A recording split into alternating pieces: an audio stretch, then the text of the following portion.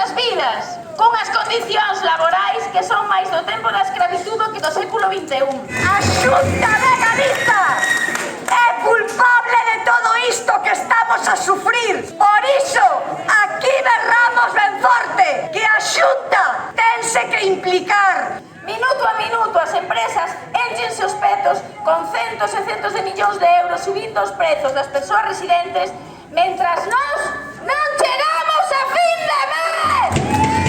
Nós, como mulleres e homes orgullosos de ser da clase obreira, non estamos dispostas a seguir agardando por unha esmola dos patróns usureiros e miserentos, que nin lles importamos nós nen as persoas ás cales atendemos.